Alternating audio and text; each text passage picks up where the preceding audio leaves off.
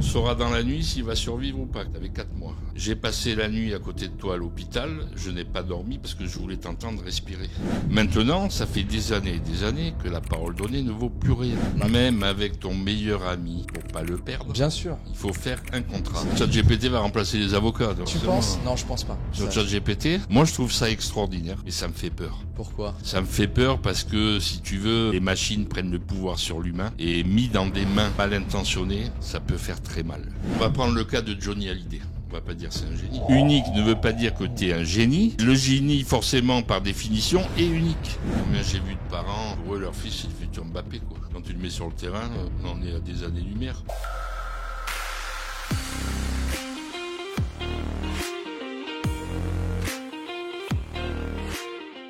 Eh bien, bonjour à tous les amis. Aujourd'hui, on se retrouve pour, non pas le premier ni le deuxième, mais bien le troisième podcast. Alors, vous avez été très nombreux sur les 2 dernières vidéos à littéralement exploser les commentaires, véritablement apprécier aussi l'échange qu'on a pu avoir avec l'invité en question. Cet invité, c'est mon père. Papa, comment vas-tu ? Il est avec moi aujourd'hui. Bonjour tout le monde, ça va très bien. Est-ce que tu es prêt à réitérer l'expérience podcast ? Depuis le dernier podcast, j'ai fêté mes 60 ans. Aïe. Donc, plus ça va, plus je vais me lâcher, quoi. Donc tu es prêt à en découdre aujourd'hui ? Oui. Bon, c'est super. Déjà, comme j'ai dit, moi je tiens vraiment à vous remercier vraiment pour l'engouement qu'il y a eu sur l'échange avec papa sur les 2 derniers podcasts. Est-ce que tu aurais un mot à partager à toutes les personnes qui ont adoré cet échange et qui ont commenté les 2 dernières vidéos ? Je remercie tout le monde, évidemment. J'ai été très surpris aussi. Et ça fait toujours plaisir. Quand on dit les choses naturellement, voilà, quand on sent de la sincérité chez l'autre, je pense que c'est ça aussi qui a fait le succès de nos podcasts. C'est que quand je parle ou quand tu parles, on est sincère et voilà. Yes, tout à fait, je pense aussi. Bon, Papounet, pour rentrer dans le vif du sujet. Oui. Alors, on avait parlé de Bernard Tapie dans le dernier podcast. Là, il y a une nouvelle série sur Netflix qui va sortir. Moi, je ne l'ai pas encore vue, pour être honnête. J'ai regardé un peu la bande-annonce. Et étant une personne...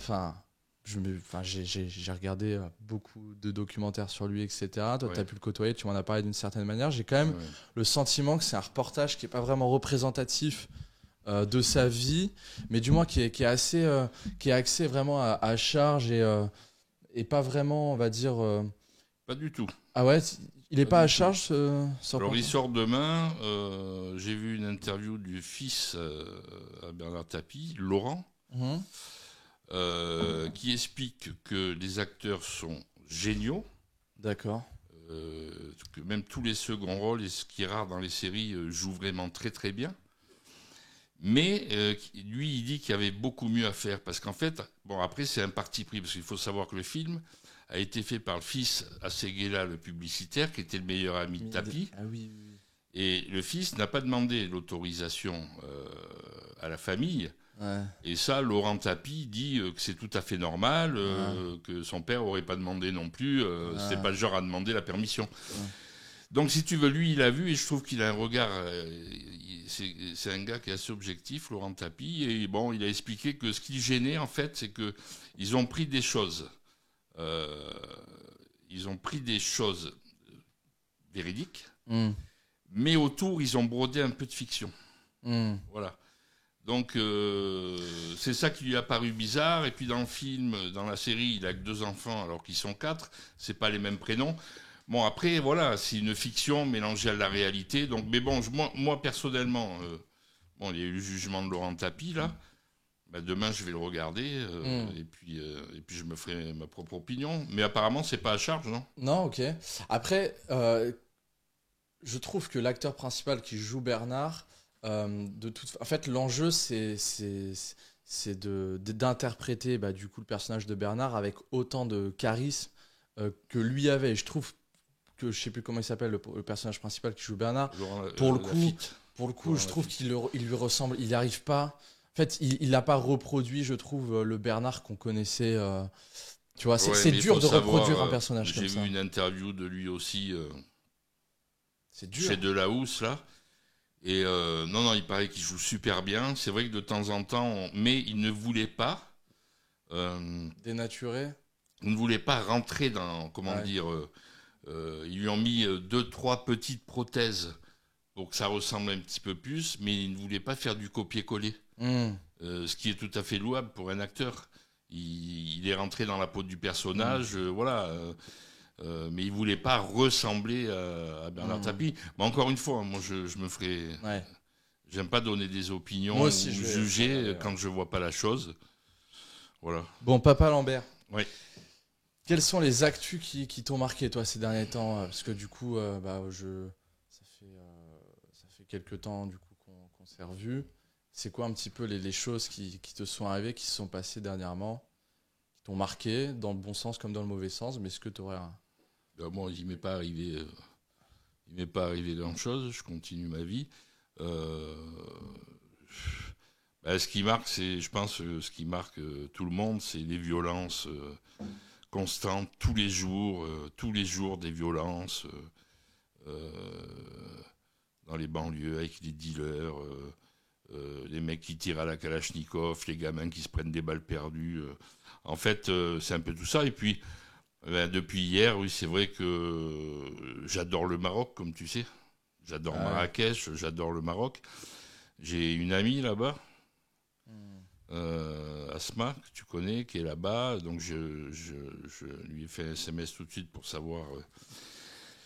si ça allait, et voilà, donc le tremblement de terre. Plus de 2000 morts au Maroc, qui est un pays que j'adore, ouais, ça m'a touché, quoi.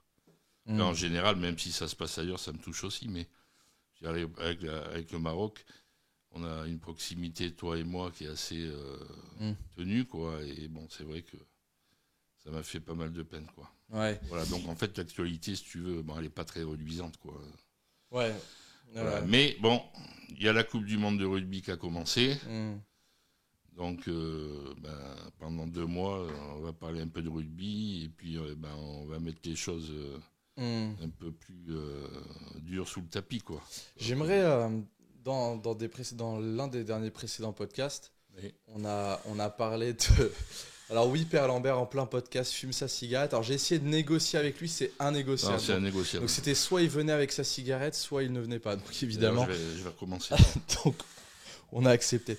Donc dans l'un des précédents podcasts, on a parlé beaucoup de la période un petit peu que tu as eu dans l'ésotérisme, les salons, dans la voyance, etc. Et là, nous, on repart du coup dans quelques semaines... sur Dubaï. On a prévu du coup sur Paris, si nos emplois du temps le permet, et bien d'avoir Claude Alexis en podcast, qui est le voyant le plus médiatisé de France. Et le meilleur, on peut le dire. Un des meilleurs. Un des meilleurs, ok.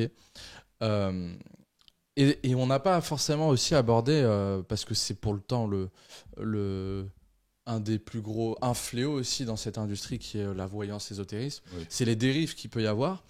Parce que très clairement, après, je sais pas si ça se reflète dans toutes les industries, dans tous les secteurs, mais globalement, ça c'est une industrie où tu as au moins 95%, j'ai pas fait la statistique, ou 99% de gens qui pratiquent dans ce secteur qui n'ont absolument pas de talent, de don, ou même voilà, et qui arrivent quand même à se constituer une clientèle, parce que c'est très souvent les gens qui souscrivent à ce genre de choses.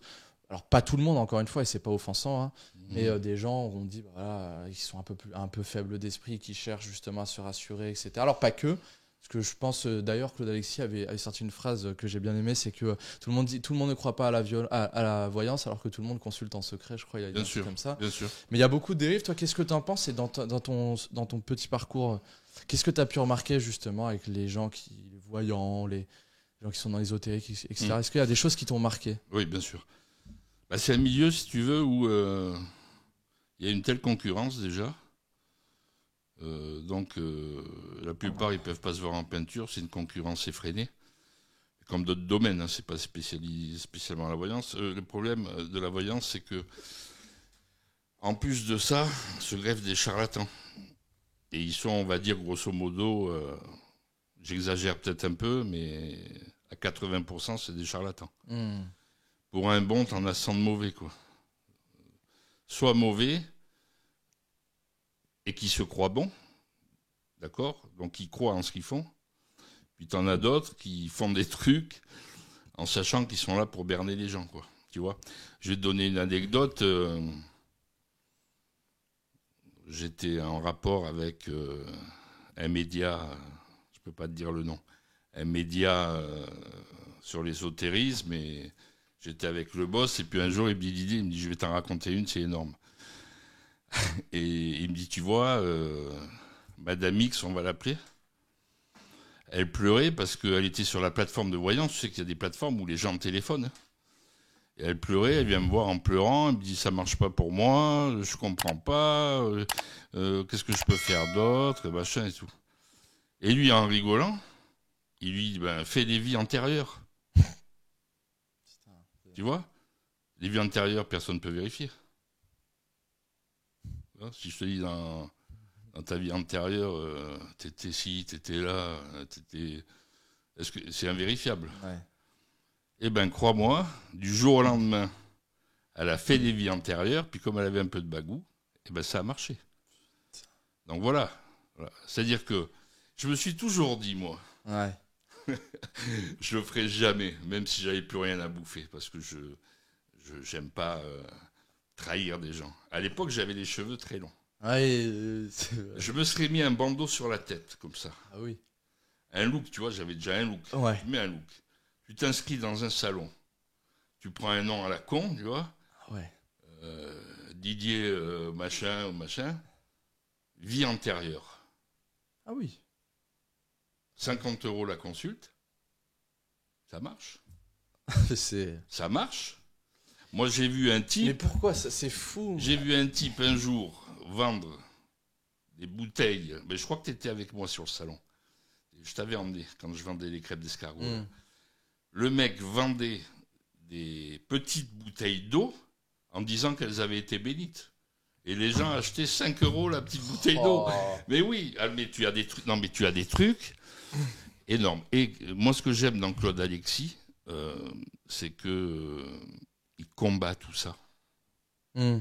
C'est quelqu'un de vrai. Tu sais, il va chez Hanouna, il allait chez Hanouna à un moment donné. Puis après, il a laissé la place à d'autres. C'est un type qui est remarquable. Et lui, il lutte contre tout ça. Et moi, je l'ai consulté. Enfin, je ne l'ai pas consulté, c'est lui qui m'a fait une consultation parce que c'est un ami. Et c'était top, quoi. Il a vu des trucs et tout qui se sont passés après. Il a vu des trucs avant. Et c'était top. Alors, t'en as comme ça, tu vois. J'ai une amie qui habite à Lyon, Karine, qui a une plateforme avec des voyants. Elle est hyper stricte pour le recrutement. Elle fait vachement gaffe. C'est une super voyante. Et c'est quoi les critères de recrutement d'un bon voyant ? Ben, tu te fais faire une voyance, toi. Elle a cette plateforme.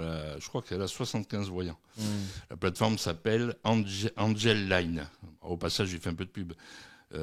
Mais Angel Line, elles sont recrutées. En fait, elle se fait faire une voyance. Okay. Moi, un jour, j'ai voulu voir comment ils recrutaient. J'ai téléphoné à une plateforme. J'ai dit, voilà, qu'est-ce qu'il faut faire ? Elle me dit, ben, est-ce que vous parlez bien ? Oui. Est-ce que vous savez mentir ? Oui. En fait, le recrutement, c'était ça. Et tu as des gens qui se font berner, parce que contrairement à ce qu'on tu as énormément de gens qui se font berner par téléphone, par des gens qui sont voyants comme moi, quoi, tu vois. Ouais. Donc, ouais, j'ai vu des trucs. C'est un milieu qui est... Puis alors après, tu as les illuminés qui croient en ce qu'ils font, quoi. Mais en fait, ils font rien, mais ils y croient. Alors ceux-là, c'est... Ouais. Ce qui est fou, c'est que... Viens me voir. Qu'est-ce qu'il y a ? Je vois une ombre sur ton côté. Tu as une entité sur toi. Je te l'enlève. Pour 100 €, je te l'enlève. Ah ouais, les gars. Bon, voilà. Bon, c'est un milieu, si tu veux. Voilà. Après, tu en as des sérieux. T'en as des sérieux comme Anne Tufigo, qui est médium, que j'ai fait travailler, à qui j'avais organisé Anne Tufigo. Je l'ai fait travailler, il n'y avait personne qui la connaissait au départ. Elle se retrouve avec 2 bouquins, travaille sur M6. Elle est dans les grands médias, tu vois, elle a sorti 2 livres, elle est connue. Et elle parle avec les gens décédés, tu vois. Et c'est pareil, elle m'a fait des trucs, et ouais. En fait, elle m'a dit des trucs qu'il n'y a que mon père et moi savions. Donc, elle ne peut pas l'inventer, quoi. Tu vois. Elle trouve des prénoms aussi. Donc, voilà. Là, tu as des gens qui, effectivement, ont un don au départ, mais ils sont très, très peu. C'est une infime partie, tu vois. Mais t'en as. Ouais, t'en as. Mais ceux-là, généralement, tu les retrouves pas trop dans des salons. Comment tu discernes, pour une personne qui souhaiterait, je sais pas moi, consulter, comment tu discernes un bon voyant d'un mauvais? La recommandation? Bah, c'est du bouche à oreille, mais ce qui a fonctionné pour un fonctionne pas forcément pour l'autre. Moi, je dirais d'aller vers les plus connus, comme Karine, comme Claude Alexis. C'est des gens qui sont reconnus par la profession, par tout le monde. Ouais. Donc là, on se trompe moins, quoi. En fait, faut aller. C'est malheureux à dire, mais généralement, effectivement, les plus médiatisés sont les meilleurs. Oui. Alors, déjà, est-ce que on pourrait parler, alors rapidement, parce que ça, je sais que c'est un point qui pourrait plaire aux, enfin qui plairait, je pense, aux personnes qui nous regardent, c'est que toi et moi, on a une relation spéciale dans le sens où, quand j'étais tout jeune, tu étais entrepreneur et donc vraiment j'ai suivi sur ton épaule ton parcours. Et puis moi, quand je me suis lancé aussi, tu as suivi aussi sur mon épaule mon parcours. Et tu as suivi les bons comme dans les mauvais moments. Et on le sait, quand tu entreprends, quand tu fais des choses, quand tu décides d'emprunter un chemin que la plupart des gens n'empruntent pas, forcément tu fais des conneries, tu foires, tu réussis, mais tu foires aussi. Tu foires plus que ce que tu réussis d'ailleurs. Et donc, ce qui serait peut-être intéressant, c'est peut-être, selon toi, ta perception à toi, selon toi, dans mon jeune parcours, quelles ont été les situations, les éléments que tu considères comme des conneries que j'ai pu faire, businessment parlant. Ouais. Je sais pas si on peut parler de vie privée. Si parlons de vie privée, de toute façon, si j'ai pas envie, ça sortira pas. Mais on peut parler peut-être de vie privée, de business, mais peut-être restons sur le business. Voilà, de situation. Privée, je vois pas ce qu'il y a. Non, mais je sais pas, relationnel, d'un point de vue privé, etc. Mais non, restons sur le business. Oui. Des situations que tu considères comme étant des conneries et énumérons-les selon toi. Et ensuite, de ta conscience et de ton expérience d'adulte, de père, ensuite, qu'est-ce que tu conseillerais à un jeune qui a reproduit cette connerie ou qui s'apprêterait potentiellement à la reproduire pour pas qu'il la reproduise? Voilà, donc commençons peut-être par... selon toi, c'est quoi la première grosse connerie que j'ai pu faire, businessment parlant, quand ça a commencé à fonctionner? La première, c'est d'avoir commandé un site qui te coûtait 30 000 €. 18. 18 ? Ouais. Non. Donc, je t'ai mis en garde, je t'ai averti, je connaissais un peu les prix, t'en as fait qu'à ta tête, et puis au final, ça a été le bordel. C'est qu'en fait, il y a le défaut que j'avais aussi, que j'ai de moins en moins. Des fois, ça me rattrape, alors je fais gaffe quand même, c'est que on est spontané. Et donc tu as eu ça, tu as eu quelques opportunités où je t'ai dit, fais gaffe. Il n'y a pas de contrat, et puis à chaque fois ça a merdé. Attends, il y a trop de... Attends, on va rester sur l'agence, parce que ça, je vais en profiter pour faire passer un message aussi. Mais effectivement, donc premier du coup business qui est le site internet de Paris Sportif, je devais créer un site pour pouvoir justement proposer les opportunités sur l'investissement sportif. Et du coup, connaissant aucune personne dans le milieu du business en ligne, connaissant aucun prestataire, etc., je décide de me rapprocher d'une agence à Bordeaux, dont je tairai le nom, pour justement me créer un petit site, vraiment un site avec une charte graphique simple, un logo et tout. 18 000 € de facture. Et ça, je trouve que c'est dangereux. Enfin, le danger, en fait, c'est que quand tu n'es pas formé, quand tu n'as pas de référence, quand tu ne connais pas les prix du marché sur des prestations qui concernent ton secteur d'activité, tu peux vite te faire surfacturer. Ah oui. Et ça a été notre cas. Alors, on n'a pas été jusqu'au bout de ça, parce que c'était clairement abusif et on a pu le démontrer. Mais je veux dire, c'est vrai qu'il y a certaines agences, surtout les vieilles agences, qui profitent de la méconnaissance du marché par certains jeunes acteurs et qui en profitent, étant donné qu'ils sont ignorants, de les surfacturer comme ça, etc. Et donc moi, je considère, je mets vraiment en garde celles qui souhaitent se lancer dans le business. Il y en a beaucoup. Ouais. Il y en a beaucoup, à savoir qu'un site internet, jamais ça coûte 18 000 €, quoi. Ou alors c'est un truc... Alors tu crées une marketplace comme Amazon, mais... Ouais, voilà, site... Non, mais voilà, ça dépend des prix, mais je veux dire... Parce qu'il coûte cher dans le site, c'est de faire un site marchand, où on peut mettre de la carte bleue, tout ça, bon... D'accord, mais même jamais à 18 000 €. Et même sur un site, maintenant tu vas sur Shopify, tu payes 30 €, tu as des thèmes. En 24 heures, tu as ton site, ça t'a coûté 40 €. Voilà. Non, mais tu as fait quelques conneries. Ouais. Le contrat maintenant, attends, parlons des contrats, parce que tu as été vite dans les trucs. Le contrat, c'est quoi les contrats? Effectivement, au début, ça m'est arrivé de démarrer sans faire de contrat. C'est ce que je te disais. Je dis, bon, le gars, t'as promis ça, est-ce que vous avez fait un contrat? Il me dit, non, il n'y a pas besoin de contrat. Je dis, dans le business, il faut toujours des contrats, parce que les écrits restent et la parole passe. Pourquoi c'est important d'avoir des contrats? Parce que tu peux te retourner contre la personne si elle ne tient pas sa parole. Tu peux prendre un avocat, dire voilà, j'ai signé un contrat avec ce monsieur, il ne me délivre pas ce qui doit me délivrer, et puis voilà. Et si les gars ne proposent pas de contrat, c'est qu'ils savent très bien déjà qu'ils vont te baiser la gueule. Non, mais c'est voilà, donc ça, t'en as eu, j'ai gueulé là-dessus. Ouais. Il a fallu que tu fasses 2-3 fois la connerie quand même. Non, c'est vrai. Qu'est-ce que t'en penses de ça? Pourquoi au premier coup, tu fais pas faire un contrat et que tu recommences encore dans ta connerie pour perdre encore un peu plus d'argent? C'est intéressant, ça. C'est intéressant. Pourquoi? Qu'est-ce qui se passe dans ta tête? Je vais te dire. Voilà. En fait,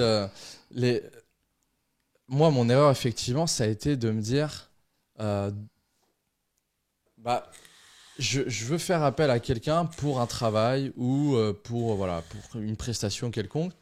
Et donc, avant ça, il y avait un appel, il y avait un récapitulatif écrit, il y avait un accord oral, mais il n'y avait pas forcément de contrat avec une signature des deux parties parce que je me disais que l'enjeu n'était pas suffisamment important pour faire un contrat, mais c'est une grave erreur et je vais expliquer les leçons que j'ai apprises et maintenant je ne fais plus aucun deal sans signer de contrat, plus aucun.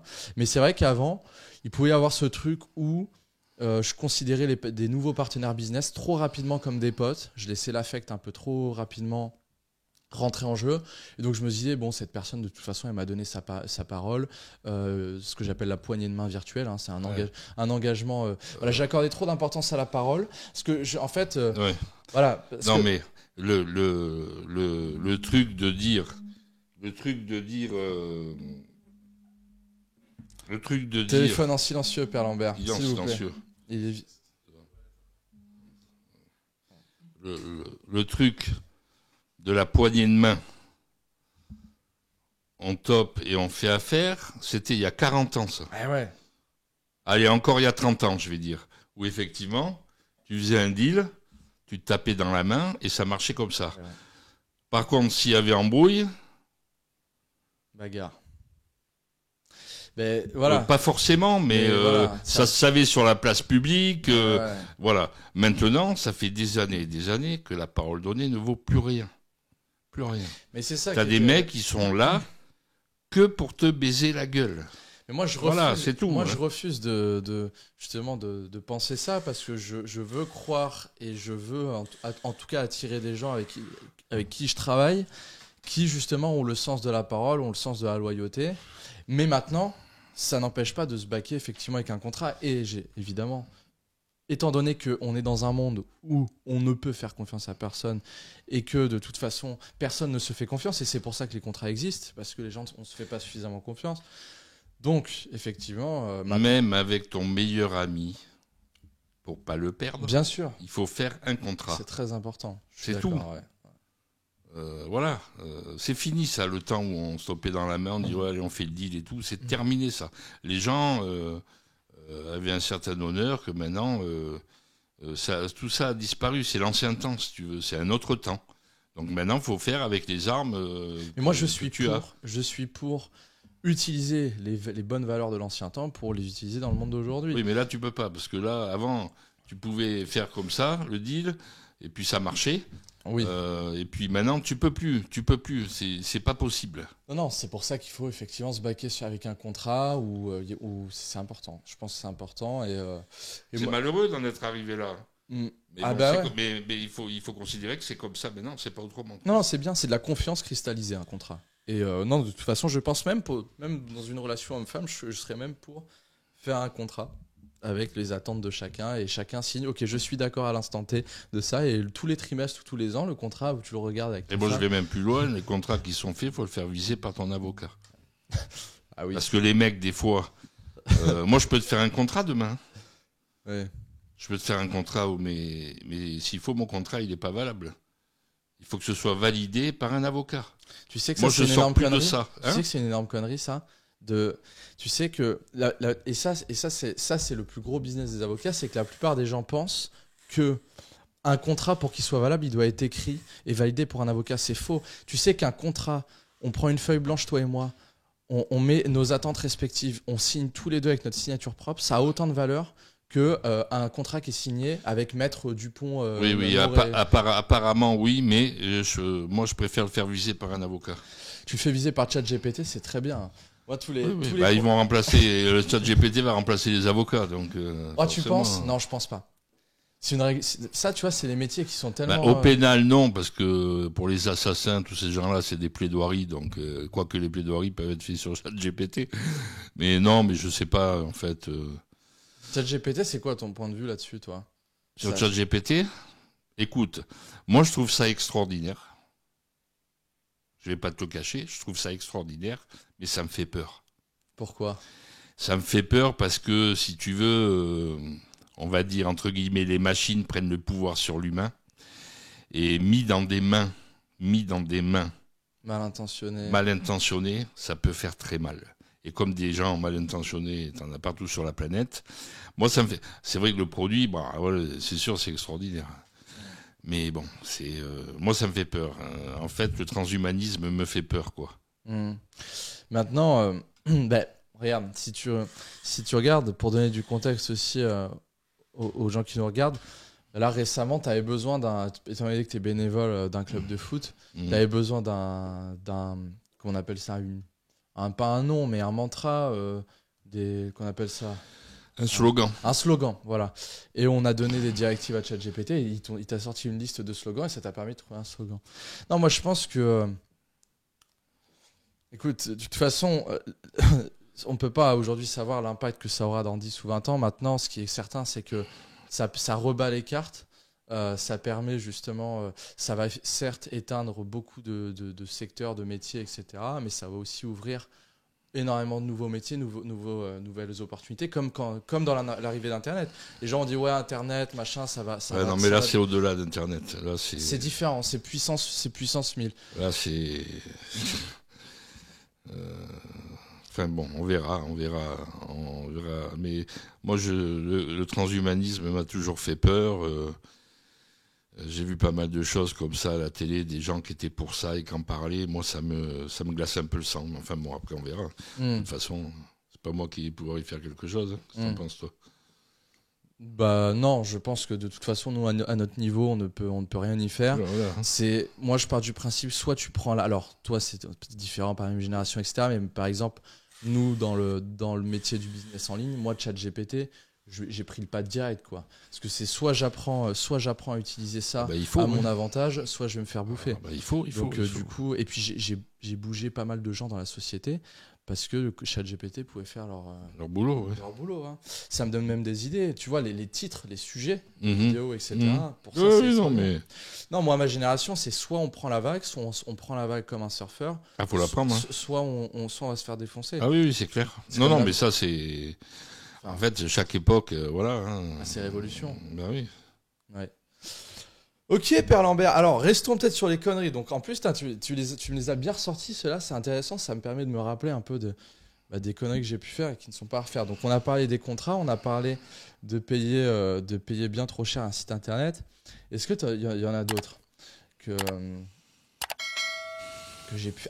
est-ce que tu considères que le coaching que j'ai pris à Eric à l'époque est une connerie, toi ? de m'endetter d'autant d'argent à un si jeune âge? Ben, moi, si tu veux, comme je relativise toujours tout, je savais au moment où tout le signais que ça serait pas tenu. 1 million. 1 million. C'est que ça serait pas tenu. Maintenant, j'avais tellement confiance en ton mentor que bon, il a très bien compris puisqu'il t'a pas emmerdé quand tu as décidé d'arrêter. Il a été plus que correct. Je le remercie d'ailleurs. Là, pour le coup, il y avait un contrat. Ouais. Mais bon, le contrat, à mon avis, aurait pu être cassé. Bon, voilà, mais bon, il était super, Eric, et voilà. Non, j'ai pas considéré que c'était une connerie. J'ai considéré que c'était dans la continuité de ce que tu faisais avec lui, parce qu'il t'avait apporté énormément de choses, dont tu te sers toujours. Donc voilà. Puis Eric, c'est un super vendeur, quoi. Le meilleur que j'ai jamais rencontré. Voilà. Donc voilà, mais il a pas fait dans le but de te baiser la gueule, tu vois. Non. Non. Je pense qu'il a fait dans le but de dire, ben voilà, il va marquer vraiment son engagement avec moi, avec ça. Moi, c'est plus comme ça que je l'ai pris. Donc non, je me suis pas affolé. Hein. De toute façon, je sais que des fois, t'es un petit peu tabaillot, donc si tu veux, bon, voilà, fais gaffe quand même. C'est peut-être parce que je me tapais la tête par terre quand j'étais petit. Ça. C'est ça, oui, c'est vrai que tu tapais la tête par terre quand t'étais petit. Putain, je me demandais, moi, je dis, mais oh putain... J'ai dit à ta mère, mais regarde, il se tape la tête et tout, alors je t'enlevais de là. Putain. Il va être goyot, ce gamin.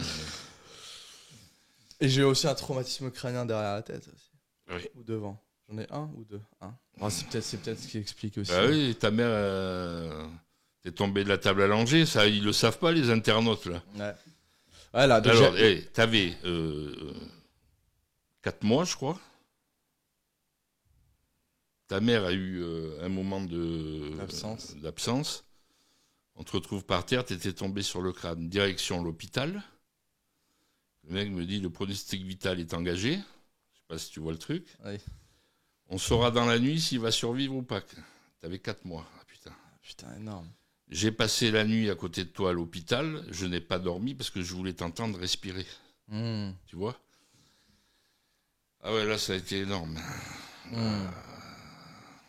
Voilà, donc bon. Ouais.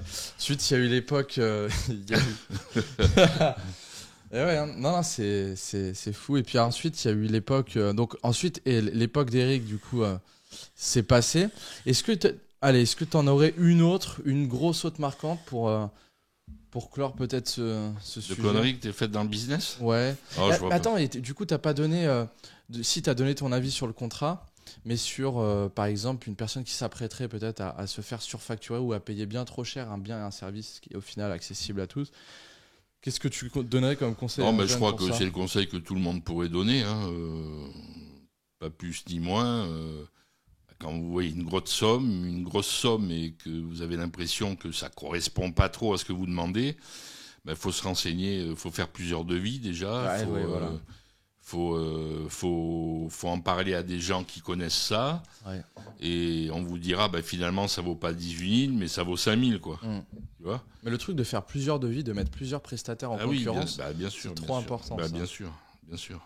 Ouais. Mettre des prestataires en concurrence, ça les efforce. C'est quelque chose de sain, la concurrence et la compétition.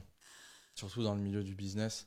Et des prestations, des prestataires. Après, il faut que ce soit à prestation égale, quoi. S'il y en a un qui te met moins cher, il te fait moitié moins de boulot. Tu vois, c'est tout ça qu'il faut voir. Une autre connerie ou pas? Je sais pas, j'en vois pas. Une autre connerie. À part oublier l'ordinateur dans un bar au Luxembourg, je vois pas trop. Ah, c'est gentil, ça. Ouais, parce que t'oublies tout. T'oublies tes clés, enfin, c'est peut-être aussi là parce que t'es tombé de la truc à l'enjeu. Peut-être. Et t'oublies tout, quoi. C'est catastrophique.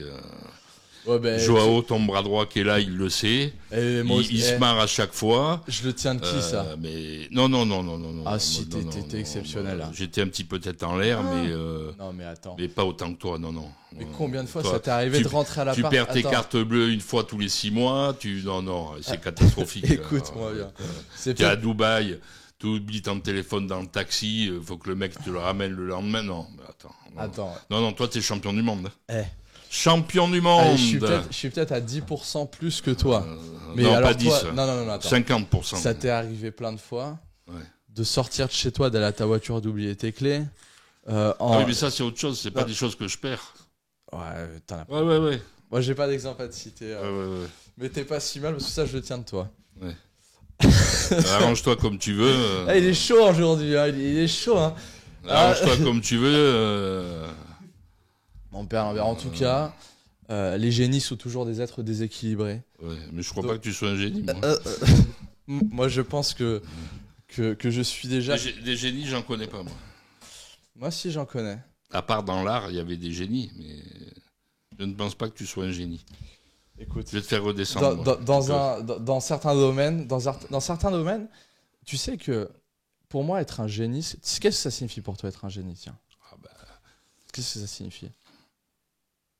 C'est quelqu'un qui sait faire des choses au-delà de l'inimaginable que personne d'autre peut faire. Des génies, t'en as pas beaucoup dans le monde. Donc c'est des gens, selon toi, qui font des choses que la plupart des gens ne font pas. Ah oui, mais des trucs énormes, quoi. Comme Einstein, comme Mozart, comme des mecs comme ça. Ouais, voilà. Mozart était un génie de la musique, comme Beethoven, d'ailleurs. Enfin, voilà. Dans l'art, t'en as beaucoup, t'as des peintres. Picasso était un génie, Chagall était un génie, Van Gogh était un génie de la peinture. Bon, voilà, après, c'est des... Voilà, des génies... Après, ça... Des génies dans le business, t'en as aussi, Elon Musk, c'est un génie, là, quoi. Là, on est sur des trucs... D'ailleurs, j'étais mort de rire. Ah bah ouais. Ah non, c'est énorme. Quoi? T'as vu le nom de ces gamins? Ouais. Ils ont montré ça à la télé. C'est des numéros. Le dernier, là, il s'appelle... Non, l'autre, là. Véni... En fait, c'est 2 prénoms. Enfin, c'est même pas des prénoms. Le deuxième truc, c'est Mechanicus.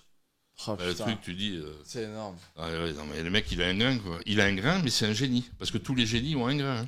Oui, mais... Tous les génies ont un grain. Qu'est-ce que t'appelles un grain? Toi, t'as un grain, mais t'es pas encore un génie. Ça viendra peut-être, Marc. Écoute, en tout cas... Technomechanicus. C'est un nom de robot, ça. Non, mais t'imagines, demain, t'as un gosse. Ouais. Comment il s'appelle? Tu vas le déclarer à la mairie. Il va déclarer à sa propre mairie. Technomechanicus. Enfin, bon, bref. Mais bon, voilà. Non, mais ça, c'est des gens hors normes, si tu veux. Ouais. Bien sûr. Après, tu sais... En tout cas, moi, ce que j'aime bien, en fait, En fait, pour moi, le génie et la singularité, pour moi, c'est quelque chose qui... La singularité, pour moi, c'est des choses qui... Le génie et la singularité, c'est complètement lié. Pourquoi? Pour moi, la singularité, c'est vraiment quelqu'un qui est unique, et unique par ses compétences, son comportement, sa manière de gérer sa vie, les gens qui l'entourent, enfin, de manière globale. Et quelqu'un de singulier, donc c'est quelqu'un par définition d'unique. Par définition, quelqu'un d'unique, c'est quelqu'un qui fait des choses d'unique, des choses à contre-courant, etc. Et donc si on prend ta définition qui est de dire qu'un génie, c'est quelqu'un qui entreprend des choses à 360 degrés par rapport à ce que font la plupart des gens, alors quelqu'un d'unique et de singulier fait partie de cela, tu vois. Non, à moindre mesure, parce qu'il y a des échelles. On n'a pas la même définition. Entre un Mozart et un Sofiane Pamar, il y a des kilomètres. Par contre, chacun quand même a non, mais talent, écoute, on va prendre le cas de Johnny Hallyday, d'accord? Qui était l'artiste préféré des Français. Ouais. Voilà. Johnny, c'est Johnny, voilà. Bon. On va pas dire c'est un génie. Non. Dans ce qui, dans sa manière de véhiculer les émotions, de toucher les gens. Non, ça n'a rien à voir avec un génie. Un génie, c'est bien au-dessus, ça. Mais quand tu dis bien au-dessus, de manière pragmatique, ça signifie quoi? que c'est des gens qui sont seuls, c'est pour ça qu'on les connaît, les génies, qui sont seuls à pouvoir faire ce qu'ils font. Oui. Voilà. Johnny, c'est un chanteur, je veux dire, que j'aime beaucoup, mais parmi d'autres. Ouais, mais tu vois, on peut dire, mais si, on peut dire, c'est un génie de la chanson. Non, c'est pas ça le génie. Le génie, c'est tout. Non, mais le génie, c'est au-dessus de tout, quoi. Tu vois, un génie, c'est. Attends, regarde. Voilà. Johnny Hallyday.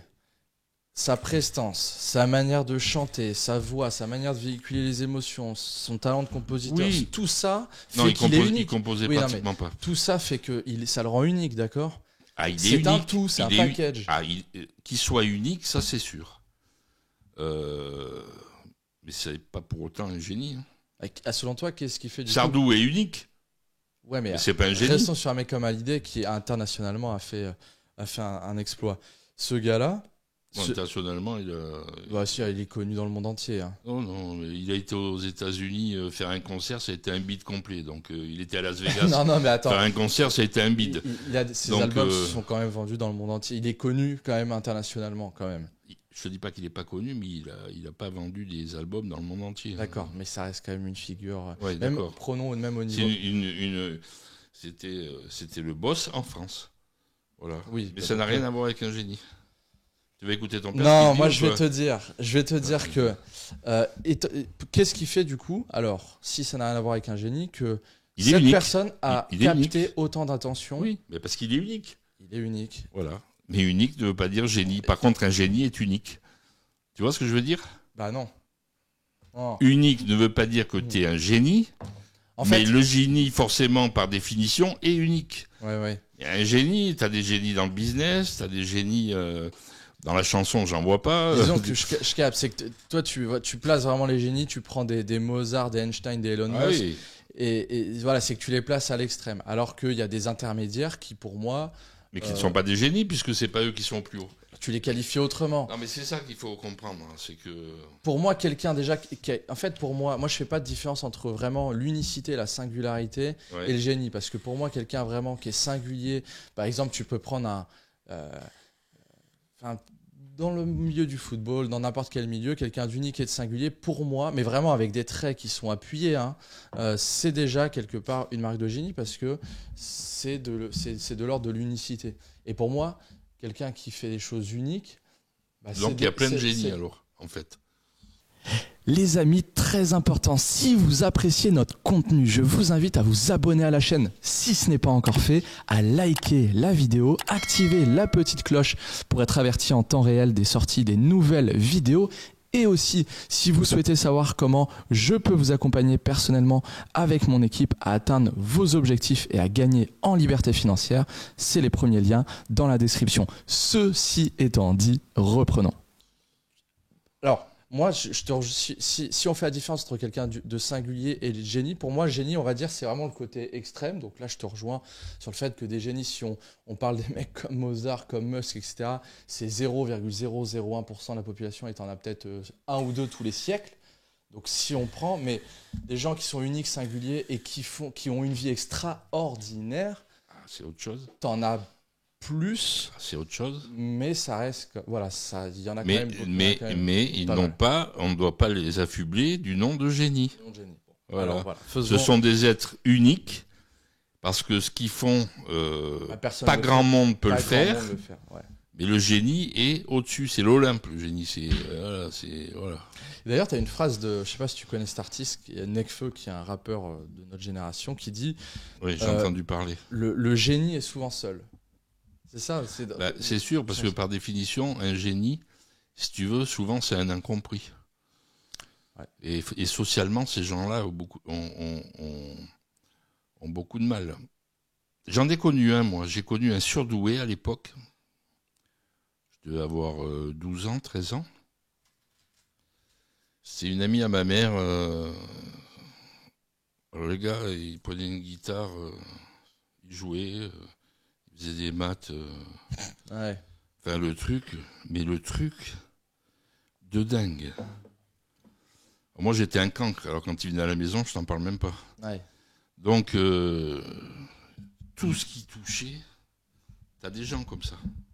Ok. Par contre, quand je lui parlais que j'allais faire du foot, quand je lui parlais du dernier chanteur, du machin, il connaissait pas. Ah oui. Tu vois. Et ce pauvre malheureux, à 18 ans, il s'est suicidé. Parce que certainement que si tu veux, dans la tête, ce sont des gens hors normes, et puis t'en as qui finissent très mal. Faut savoir que être surdoué, ce n'est ni un cadeau pour toi, ni un cadeau pour tes parents. C'est très compliqué. Ouais, tu sais, justement, et ça, on le revoit aussi. Parce que t'es seul. Ouais. Et t'es seul, et en plus, on se fout de ta gueule. À l'école ou... oui, surtout quand t'es jeune, parce que t'as une différence qui est très marquée. Mais oui, et ça, on le voit aussi notamment chez les autistes, Asperger, etc. En fait, c'est que ce sont des gens qui ont une courbe de compétences très importante sur un domaine précis. Donc, par exemple, prenons le gars sur les maths, c'est-à-dire que lui, tu lui montres n'importe quel calcul, il te le fait de tête. Il te lit un bouquin, il sait te réciter une phrase à telle page du bouquin. C'est des mecs de ouf. Par contre, ils savent pas lasser leurs chaussures ou ils savent pas faire d'omelette, etc. Et donc, du coup, en fait, ils sont très bons dans un truc, mais il y a une grosse carence dans chose, quoi. Et donc, il y a des gens qui se moquent de ces gens-là. Écoute, de toute façon, tout le monde se moque de tout le monde. Ils sont nés comme ça, donc voilà. Tout le monde se moque de tout le monde. De toute façon, t'es jamais critiqué par des gens qui font mieux que toi. Ah oui, ça c'est sûr. Donc faut. Ouais, c'est sûr. Tu l'as bien vu. On a fait une publicité récemment, justement parce qu'on réalise toutes les semaines une conférence en ligne tous les mercredis à destination de la communauté. Et donc, du coup, on a quelques publicités qui tournent et on en a fait une ensemble qui a explosé en termes de vues. Mais forcément, elle a explosé en termes de vues. Mais par contre, en termes de commentaires et d'intérêt, elle a également explosé. Et si tu regardes effectivement les commentaires sur cette vidéo, pourtant, il y a juste un gamin et son père qui sont en train de parler. On te voit même en train de faire un bisou. C'est plutôt sympa de voir ça. C'est plutôt cool. C'est différent de ce qu'on peut voir. Et non, t'as des mecs qui ont trouvé le moyen de dire des trucs. Mais, donc en fait, quoi que tu dises, quoi que tu fasses, tu seras toujours... Tu savais comme ça me passe au-dessus de la tête, alors je vais te dire. Je m'en tape le coquillard. Ça te chauffe les oreilles alors, quand même un peu. Ça te chauffe. Non, mais bon... non, mais les mecs, en plus, en fait, moi, ce que je m'amuse à faire quand il y a ça, je vais regarder leur profil. Ah ouais. Voilà, je dis, bon, allez, c'est bon. Bobo du 78. Ah non, c'est bon, les gars.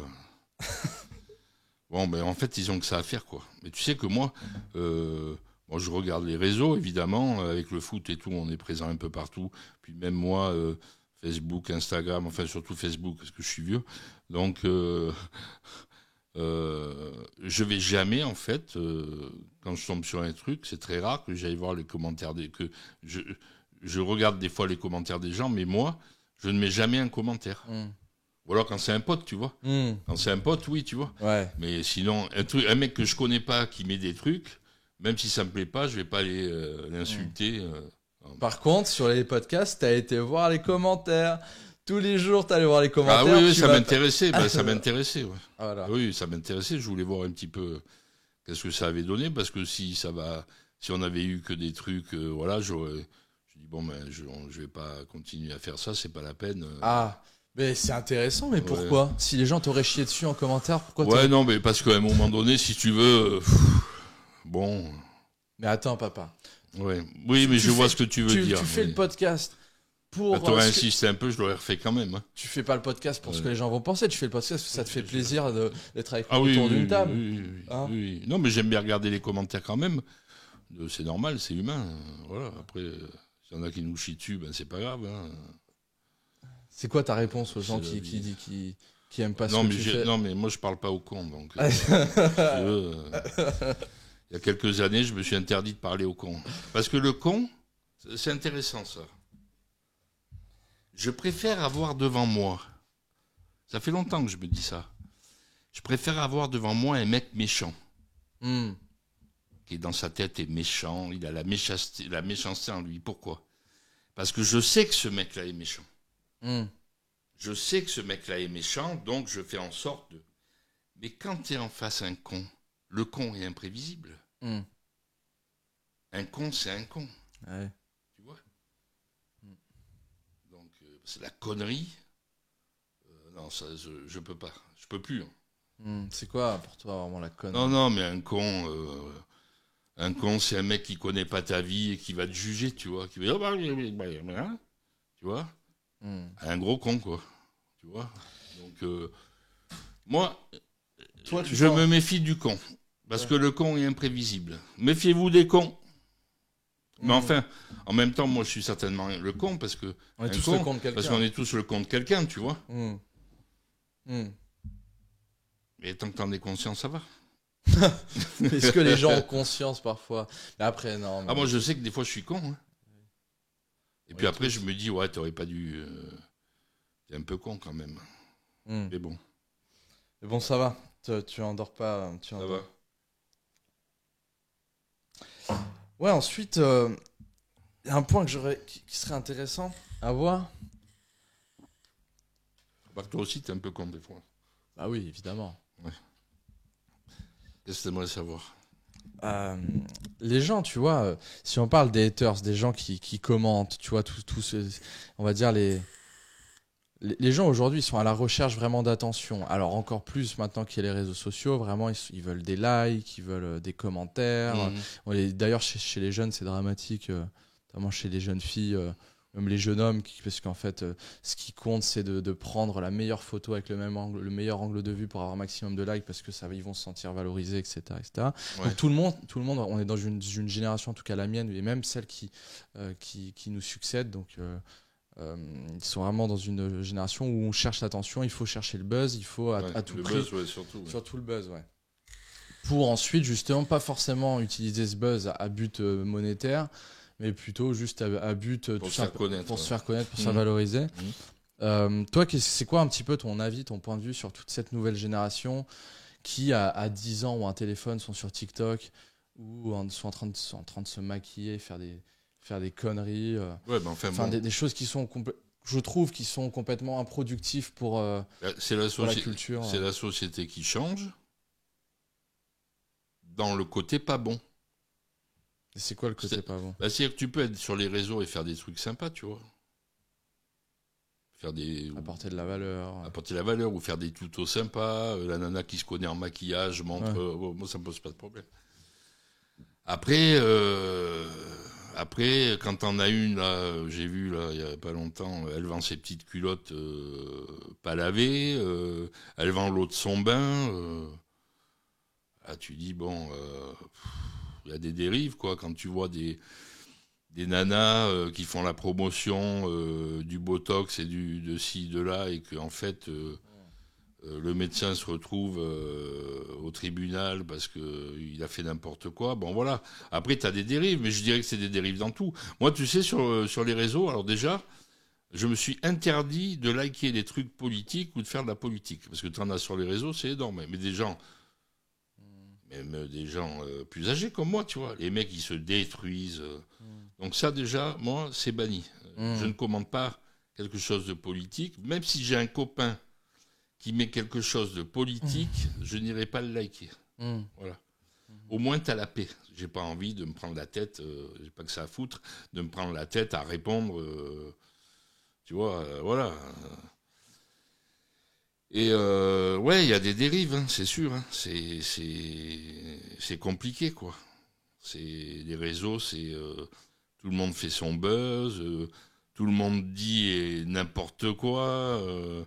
T'as des gamins ou des gamines qui disent des trucs, mais tu te dis, mais non, mais c'est pas possible, quoi. Voilà, donc bon. En fait, c'est la course au buzz permanent. Parce qu'avant, si tu veux, souvent, t'avais des jeunes qui voulaient être artistes, tu vois. Je veux être chanteur, je veux faire du cinéma. Donc, ils allaient dans les cours, au cours Florent, tout ça, tu vois.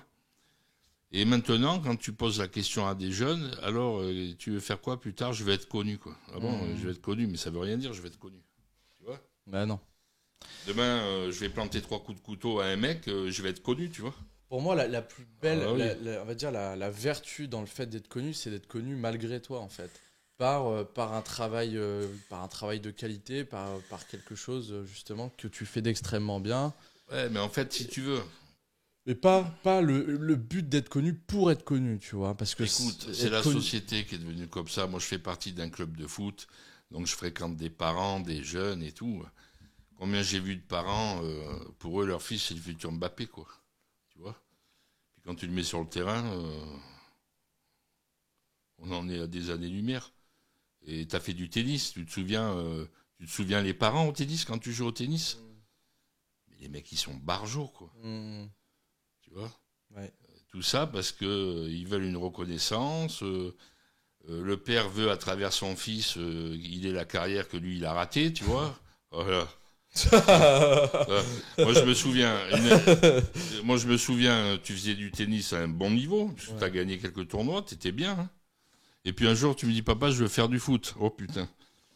Je dis, là, ça va être compliqué. Alors, pour te faire plaisir, allez, vas-y, achète les chaussures, le machin et tout. Tu vas faire un entraînement à Mini-Ausence. Je regarde, je dis, oh putain. Et tu sors du terrain, t'étais en pleurs, mais t'avais quoi 8 ans ou 9 ans? Ouais, papa, on me passe pas la balle. Bah ouais. Non, mais je crois que faut que tu restes au tennis. Le foot, en fait, t'as fait un entraînement. Et puis, bah non. Non. Non, c'était pas Voilà. fait pour moi. Après, t'étais bon au tennis. Tu as gagné des tournois. Je n'ai jamais pensé une seconde que tu pouvais être professionnel de tennis. Moi, je pense que t'étais pas assez. Si t'aurais pu être bien classé. 10 ans de plus. Oui, t'aurais pu être bien classé, mais jamais devenir professionnel. Bah non, moi, je pense que si je l'aurais voulu et que j'aurais mis les années nécessaires, j'aurais pu. Tu vois. Voilà, c'est juste qu'à l'instant T, j'avais pas le mental ni la volonté. Voilà. Donc non, mais bon, voilà. Après, maintenant, alors sa course, c'est le buzz permanent. On fait des trucs sur TikTok, sur. Ça te plaît TikTok, toi? Non. Mais j'y vais rarement. Hein. C'est pas vrai. Si. Je te vois faire. Non, c'est pas vrai. Sur TikTok, tu me vois pas faire. Attends, tu rigoles. Je dois y aller une fois par semaine, peut-être, pour regarder 2-3 trucs, mais ça, non, ça me passionne pas. Non, franchement. J'y vais parce que je me marre. Il y a des trucs sur Jean-Yves Lafesse, le pauvre qui est décédé d'ailleurs, qui faisait ses conneries dans la rue, tout ça. Ouais. C'est un humoriste, tu vois. Mais non, j'y vais pas. Non. T'es sûr? Ah, certain, ouais. Bah, j'irai, je te le dirai. Hein. De toute façon, t'y vas, je te supprime l'application. J'y vais de temps en temps. Je te dis peut-être une fois par semaine, quand j'ai rien à foutre, je vais regarder, je fais 2-3 fois trucs, puis ça me lasse très vite. Donc. Père Lambert. Alors. Oui. Père Lambert. Oui. Bon, en tout cas, ça fait plaisir de t'avoir. Oui. Viens là. Voilà. Qu'est-ce que tu penses? Ouais. Parce que tu le sais, Dieu merci, la société qu'on a sur Internet et le club d'investissement que l'on a, où on accompagne, tu le sais, les particuliers à investir de manière rentable en bourse et en crypto-monnaie en mettant des bonnes stratégies en place, etc., fonctionne bien.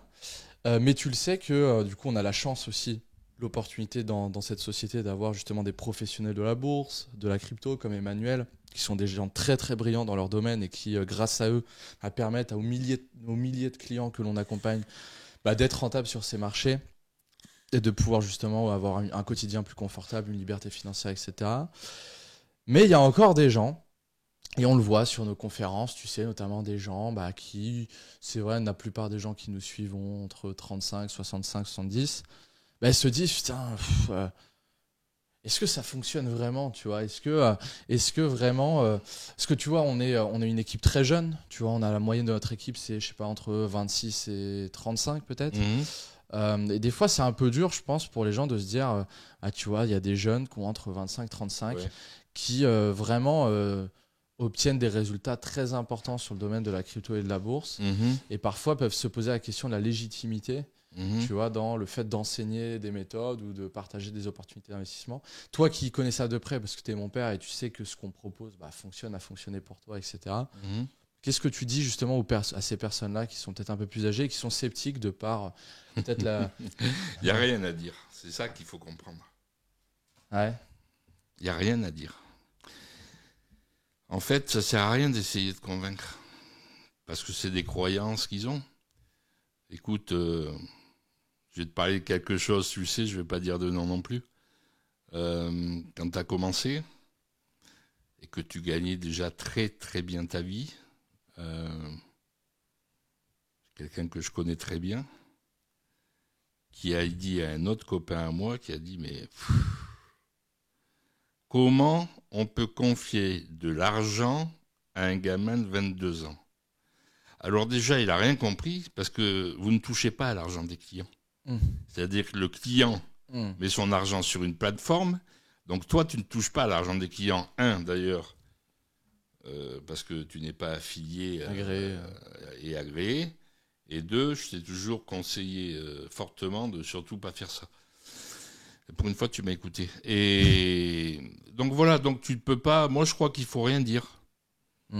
Après, tu as des gens qui, voilà, si tu expliques bien les choses et si tu expliques bien les choses et que c'est fait comme tu le fais d'ailleurs, très pédagogique, bah après les gens viendront. Mais tu sais, ceux qui sont rageux sur Facebook, ceux qui ne croient pas, va pas essayer de les convaincre. C'est pas la peine. C'est pas la peine. Tu les invites à la conférence de ce mercredi à 20h? Oui. Ok. Oui. Mais après, voilà. Moi, ce qui me plaît dans la démarche que tu as avec ton équipe, c'est de dire aux gens, vous n'engagez que, par exemple, 5% de ce que vous... Voilà. Vous engagez que ce que vous pouvez perdre, que c'est des placements à risque. Donc, les gens sont prévenus. D'accord ? Voilà. Après, tu peux pas aller chercher quelqu'un qui dit à 25 ans, vous y connaissez rien. C'est bien, d'accord. Mais bon, vous avez lu, vous avez travaillé, vous avez passé des heures et des heures. Après, mais moi, à la limite, je peux comprendre les gens qui disent ils sont jeunes, on ne croit pas en leurs trucs, ils font des trucs sur YouTube, sur machin. Je comprends. Bah, après, ça fait partie de la vie, ça. Ouais, bien moi, sûr. tu sais, mes propres amis, tout mon entourage, je leur ai jamais dit allez voir Alessandro. Non. Jamais. Pas, c'est la pire des Parce choses que c'est la pire des choses à faire. Je les connais trop. Je veux pas qu'ils fassent ça pour me faire plaisir. S'ils le font, c'est qu'ils sont convaincus de tes compétences. Donc je ne fais aucun prosélytisme pour la société.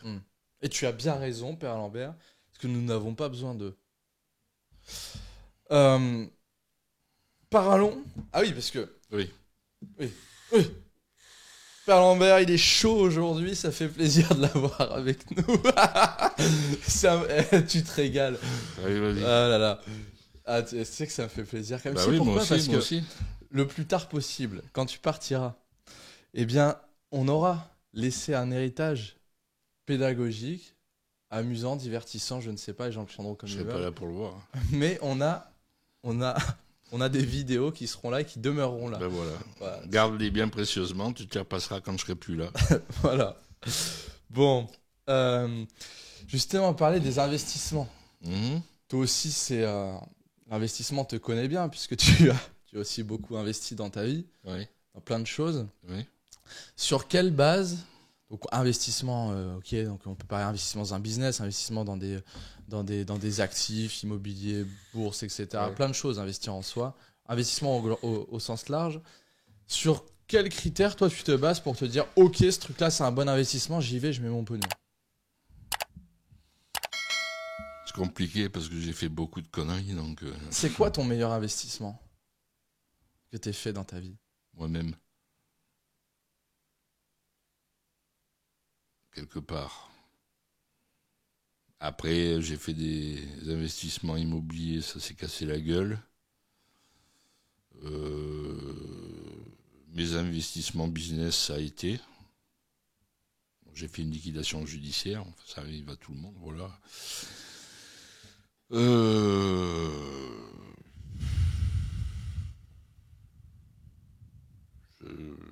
Je sais pas quoi te dire parce que finalement, dans le financier, à part maintenant avec ta société où j'ai pu investir, avant j'investissais pas spécialement dans des banques ou des choses comme ça, quoi. Non, mais t'as T'as fait, donc t'as eu des biens à titre investisseur, mais t'as eu aussi une agence IMO. Ouais. T'as été producteur. L'agence IMO, Oui, mais voilà, faut en parler. T'as été producteur de théâtre. ouais. T'as eu une boutique dans l'ésotérisme, mais t'as fait plusieurs gros salons Oui. en France. Oui. Justement, ça, c'est des investissements. T'as mis de ton temps et de ton argent. Oui. Donc, du coup, est-ce que t'aurais un retour à faire par rapport à... Non, les salons, ça marchait bien. Hein. Ah oui.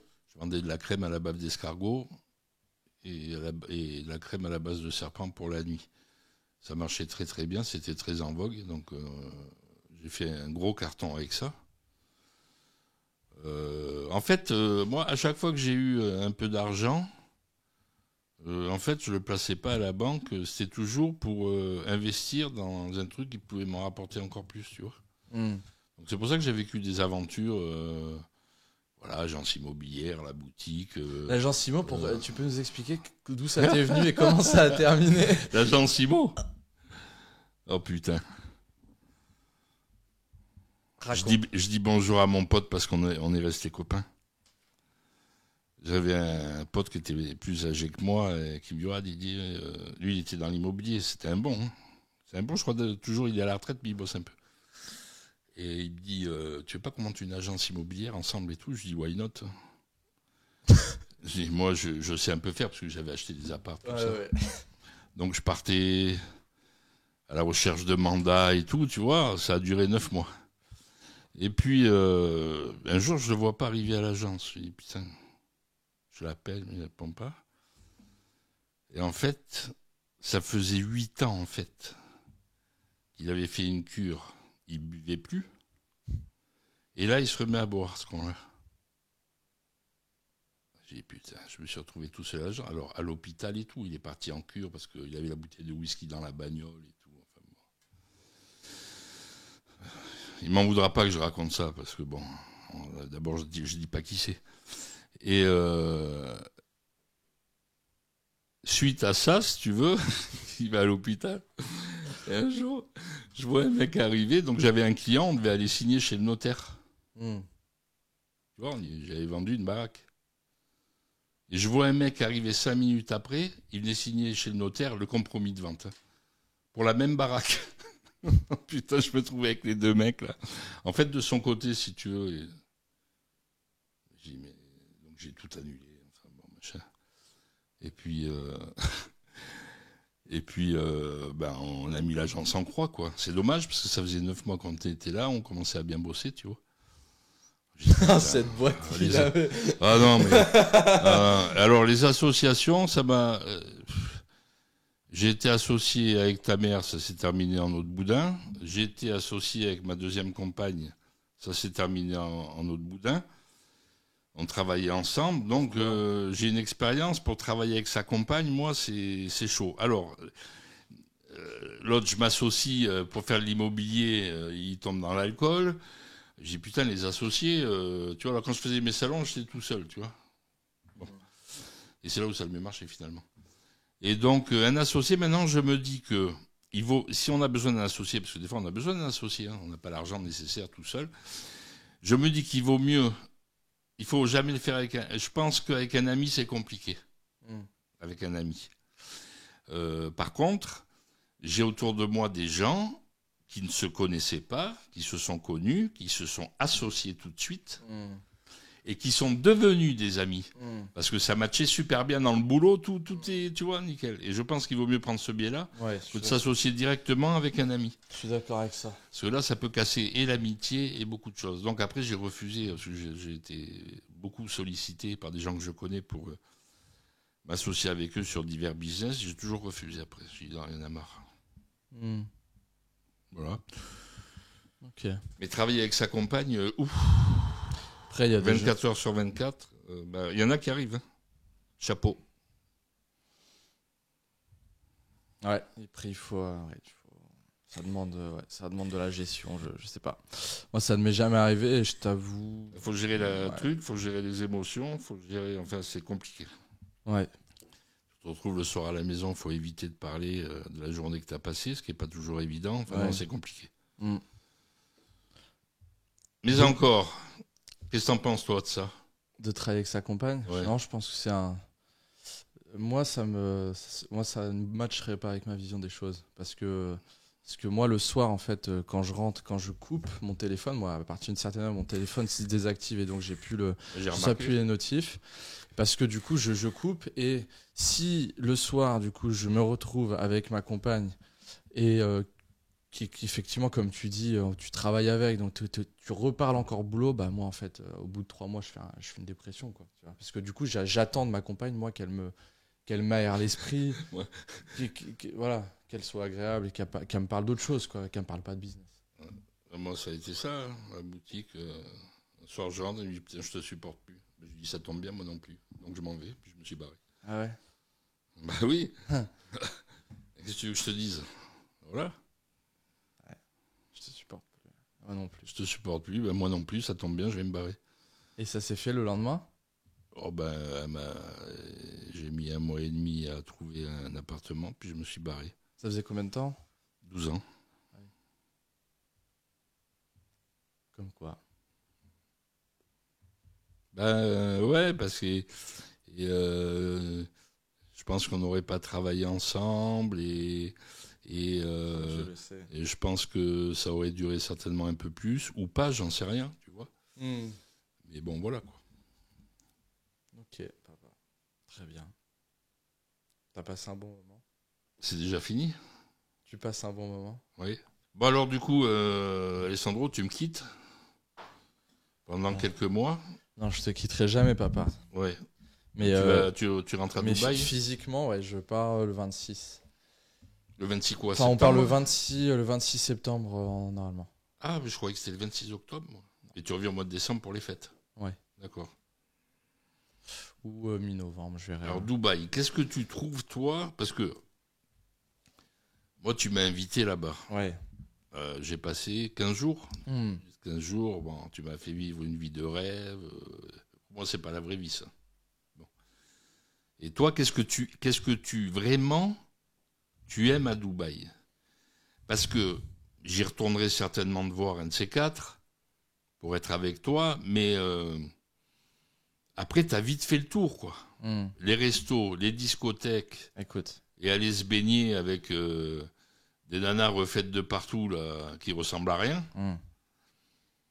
Qu'est-ce que... Bah parce que Poitiers, entre les Cordeliers, Place d'Armes, tu fais vite le tour aussi. Oui, c'est vrai, mais t'as pas que Dubaï. Non, alors... Ouais. Avant, t'allais en Espagne. Oui. Ouais. Bah en fait, Dubaï, c'est 100% de sceptiques, 0% de déçus. Ça, c'est une statistique vraie pour le coup. Et moi, plus j'y vais, plus je tombe amoureux de là-bas. Alors, il y a plusieurs raisons. Déjà, ce que j'aime là-bas, c'est le cadre de vie. C'est-à-dire que, je sais pas, il fait beau toute l'année, la fiscalité est avantageuse. T'as un réseau international, donc tu peux rencontrer des gens nouveaux tout le temps. Et on le sait, le réseau, l'environnement, l'entourage, c'est une grosse part du succès. Donc moi, ce que je vais chercher aussi là-bas, c'est d'étendre ça. D'accord. Tu as aussi la rapidité à laquelle, tu peux avoir les commodités. Genre, tu veux manger, on te livre super bien la bonne bouffe chez toi. Tu peux avoir quelqu'un qui te fait à manger pour pas très cher. T'as une salle de sport dans ton bâtiment. Donc voilà, c'est à proximité de l'Asie, c'est à proximité de l'Europe, c'est 6 heures. Mais en fait, c'est un ensemble de choses, en fait. En fait, moi, ce qui me tue avec toi, c'est qu'à 70 bornes, t'as Abu Dhabi.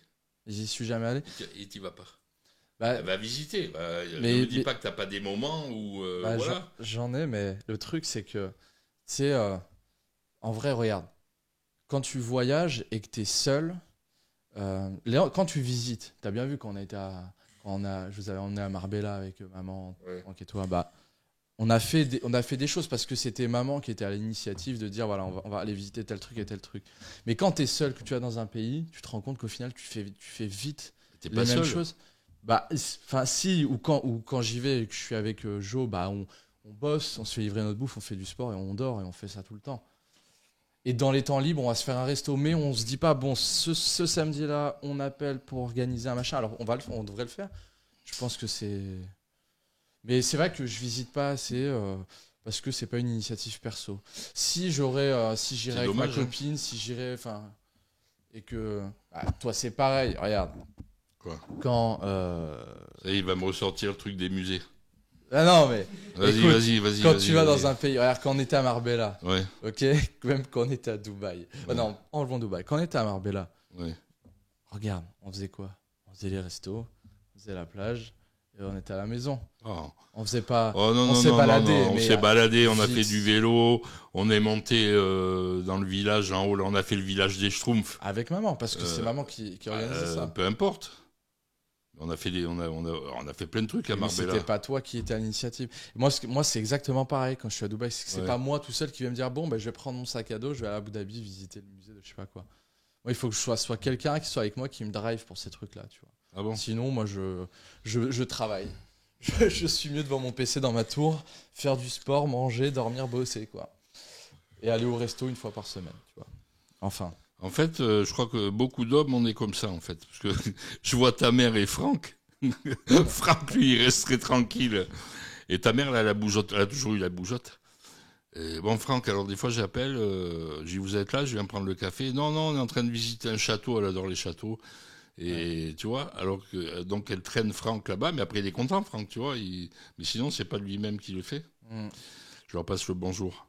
Mais heureusement, parce que ça crée un...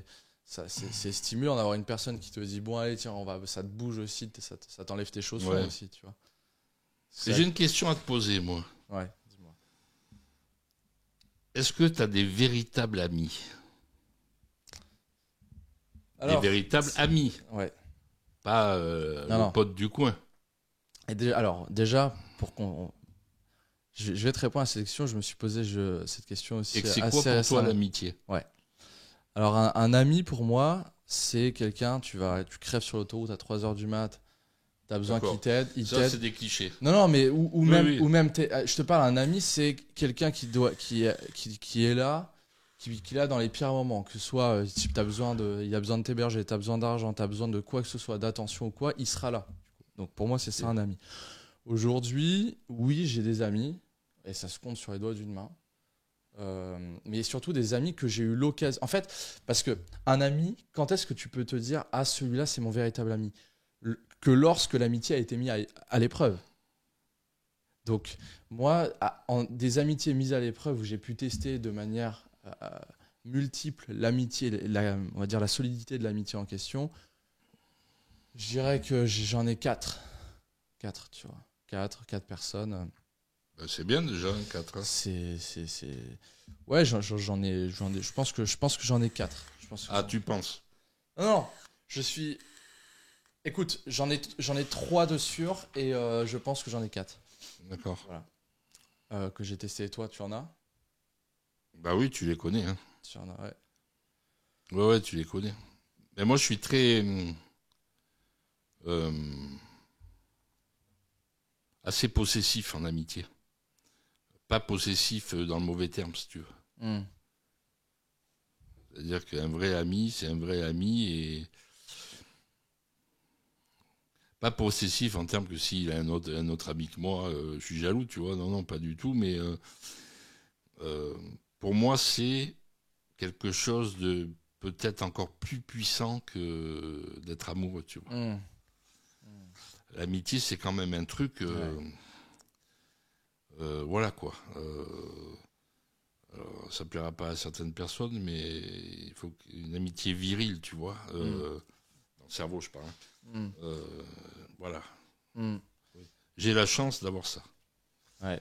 Allez. En fait, savoir que tu peux compter sur des gens, il y a rien qui a plus de valeur. Parce que dès lors que c'est vrai que tu as un cercle solide autour de toi, de gens sur qui tu sais que tu peux compter en cas de difficulté. Quelqu'un des personnes avec qui tu sais que tu vas pouvoir célébrer les victoires, mais que les défaites, tu vas pouvoir aussi les vivre à plusieurs, les difficultés et tout. Pour moi, il n'y a rien de plus qui a de la valeur. Tu vois. Je préfère avoir 1 euro sur mon compte bancaire et d'avoir 3-4 amis solides parce que de toute façon, je sais que grâce à ces personnes-là, je pourrais rebondir, que d'avoir 1 million d'euros mais d'être seul. Tu vois. Voilà, c'est vrai que l'amitié, mais d'un côté, c'est tellement compliqué, c'est tellement dur, parce qu'une amitié, c'est comme un jardin, ça se cultive. Et tu vois, c'est pour ça que t'as des personnes qui se disent « Ouais, mais moi, ce gars-là, je prends plus souvent des nouvelles que lui. Du coup, j'arrête de lui envoyer des nouvelles parce que c'est toujours moi qui ai l'initiative d'eux et tout. Oui. Mais moi, je pars du principe que t'as des gens qui naturellement... Déjà, je pense que si dans une amitié, donc t'as 2 personnes, et si les 2 personnes ne prennent pas de leurs nouvelles, peut-être qu'il y en a un, il va prendre plus souvent que l'autre, mais de manière générale, si t'en as un qui prend des nouvelles régulièrement et l'autre pas du tout, bah en fait, c'est pas ton ami, il faut pas te voiler la face. Ouais, c'est clair. Moi, les gens qui me disent ouais, mais moi, c'est pas dans ma personnalité, je prends pas souvent des nouvelles. Ouais, bah en fait, t'es pas mon ami, arrête, tu vois. Et tu vois, quand Un je jardin, te ça se disais cultive. Tu vois, amour, une amitié, quand tu es avec une femme et qu'il se passe quelque chose, que ce soit d'un côté ou de l'autre, un des deux fait une connerie ou quoi que ce soit, tu décides de continuer, mais il y a une cassure et ce sera plus jamais comme avant. Et en amitié, c'est pareil. C'est-à-dire que si à un moment donné, il y a un des deux qui fait une faute, mais bon, grave, quoi, machin, qui met vraiment un gros coup de canif dans l'amitié, il y a une cassure, c'est fini. Toi, justement, c'est quoi les coups de... C'est quoi les situations qui peuvent créer des cassures pour toi dans l'amitié qui sont irrémédiables? La trahison. Ouais. C'est-à-dire que moi... Mais alors, trahison, qu'est-ce que tu... Non, c'est quoi être trahi pour toi? Parce que mon meilleur ami qui est à Poitiers, Régis, pour ne pas le nommer, je sais pratiquement toute sa vie, il sait pratiquement tout de la mienne, et qu'il aille le répéter à quelqu'un, quoi. Tu vois? Là, c'est plus possible. Là, ce n'est plus possible. Voilà. Pour moi, c'est vraiment le facteur, quoi. Le mensonge aussi. Le mensonge aussi. Le mensonge aussi, bien sûr. Le mensonge. Et, la déloyauté, ouais. La déloyauté, Voilà, après, un ami, tu peux lui demander de t'aider au niveau de l'argent, par exemple. Et s'il peut pas, il est obligé de te dire non. C'est pas pour ça que ça sera plus ton ami. Oui. C'est qu'à l'instant T, il peut pas, tu vois. Oui, c'est qu'à l'instant T, il peut pas. Mais est-ce qu'il peut pas vraiment parce que c'est une question de logistique ou quoi, ou alors est-ce qu'il veut pas parce que fondamentalement ça l'emmerde de te rendre service? Non, un ami il réagit pas comme ça. Oui, un vrai non. Un vrai ami, il se dit pas ça me fait chier Non, un vrai non. De lui rendre service, tu vois. Après, moi ce que j'appelle, t'as des amis de circonstance, tu vois. Enfin, amis, ils se disent amis, tu vois. T'as des amis de circonstance. Parce que tu fais un business, tu connais du monde, donc tu les fréquentes à l'instant T pendant un an, tu vois, et t'es mon ami, bah non, t'es pas mon ami, quoi. C'est pas au bout d'un an, si tu veux, que tu crées vraiment une vraie amitié. Non, l'amitié, il y a... Alors, l'amitié, il y a effectivement le facteur temps. C'est la longévité. Moi, j'aime la longévité, même dans la vie, dans tout, dans le business. Moi, tu gagnes mon respect quand t'es long, quand tu es dans la longévité, je sais pas moi, businessment parlant, tu gagneras mon respect si sur 10, 20 ans tu seras toujours là. Dans l'amitié, c'est pareil, tu vois. Donc la longévité, c'est important, mais tu peux très bien en un an avoir vécu des expériences tellement intenses qui ont créé des liens hyper solides avec une personne et considérer déjà cette personne comme amie. Ah, maintenant, évidemment, c'est vrai. Le facteur temps est important. Non, c'est vrai. C'est comme une relation, tu peux tomber amoureuse d'une femme. Non, mais c'est vrai ce que tu dis. En un an, c'est vrai que tu peux créer... des liens de fou. Une amitié de fou, hein. Heureusement d'ailleurs, hein, parce que s'il faut attendre 20 ans pour avoir un ami, tu vois. Mais après, c'est savoureux. Enfin, l'amitié se savoure d'autant quand les années passent encore plus. Parce que tu crées des souvenirs. Parce qu'en fait, une amitié de 10 ans, c'est que du coup, tu te retrouves à table avec la personne, tu fais un barbecue, tu passes une après-midi, une soirée entière à te raconter les anecdotes. Ça, c'est trop bien. Encore faut-il avoir des anecdotes à raconter avec ses amis, quoi. Ouais, c'est clair. Mais moi je m'ennuie jamais avec mes amis. Investir dans les souvenirs ou dans les biens, ça on l'avait déjà dit. Hein. Ah ouais. Investir dans les souvenirs. Bah oui. Un fauteuil ou un canapé, tu peux toujours te l'acheter. Hein. Ouais, c'est vrai. Tu vois.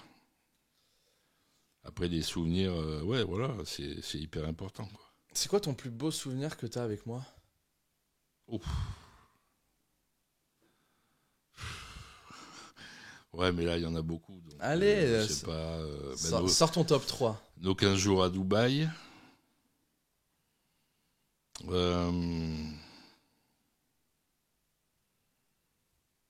C'est compliqué, Alessandro, là. Ouais, nos 15 jours à Dubaï qui ont été merveilleux. Ou même si on était entouré de tes potes et tout, on avait vachement de proximité. Des souvenirs de ton enfance. Voilà, où je m'occupais de toi.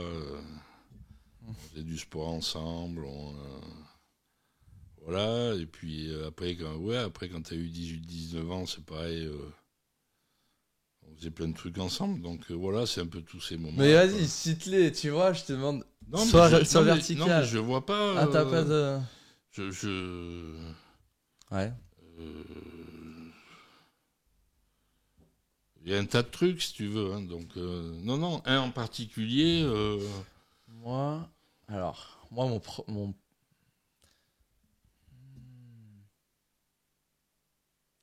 Moi, c'est quand on est sorti de Dubaï, quand on a nagé avec les dauphins. Ah ouais.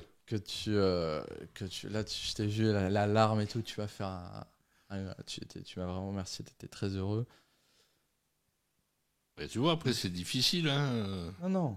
Se souvenir des instants comme ça. Au Luxembourg, quand tu venais me voir, on a passé des moments. Ouais, je me rappelle super aussi, tu vois, avec la perruche et tout ça, là. Donc, la perruche, c'était mon ex-associé. Avec lui, ça s'est bien passé, par contre. Mais non, voilà, oui, non, mais on a vécu plein de trucs. Hein. Ça serait quoi la prochaine chose que tu aimerais qu'on vive ensemble?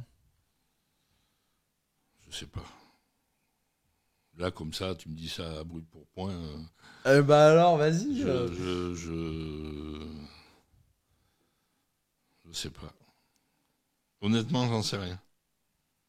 Je vais réfléchir, je te dirai au prochain podcast. Ah, d'accord. Mais voilà, non. Mais l'amitié, ouais, c'est important. Très bien. Sur ces belles paroles, Père Lambert. Alors ça y est, c'est encore déjà fini là, les gars. Mais ouais, vous êtes vraiment des feignants. Vous êtes des feignasses, putain. Comment tu veux que les clients et tout, ils vous fassent confiance? Non, bon. Vous êtes des feignants. Voilà. Papa. Je me suis déplacé. Mais on a encore des choses à faire, rappelle-toi, là, après. Quoi? Je t'en ai parlé avant. Ah oui. Bon, bah écoute, papa, oui. Pour le mot de la fin, qu'est-ce que tu aimerais dire aux viewers qui nous regardent?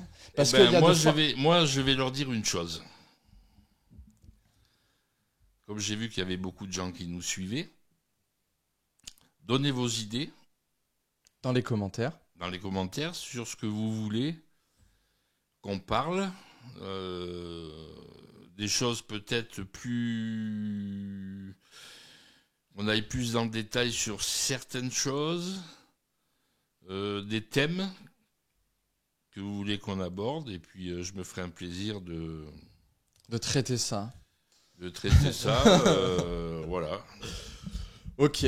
Ça peut être sympa d'avoir des internautes qui... Bah écoute, la prochaine fois, on en fera un avec Joe. On aura notre Joseph à la table et puis il nous partagera du coup les questions des abonnés. Voilà, en tout cas les amis, c'était le 3e podcast avec Père Lambert. Celui-ci plus particulièrement, je lui ai dit écoute Père Lambert, là t'es trop lisse, il faut que tu nous fasses...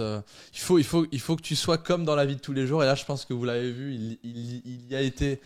je suis naturel, moi. Donc, pour le connaître, il a vraiment été 100% lui et c'était top. Donc 3e épisode bouclé avec brio.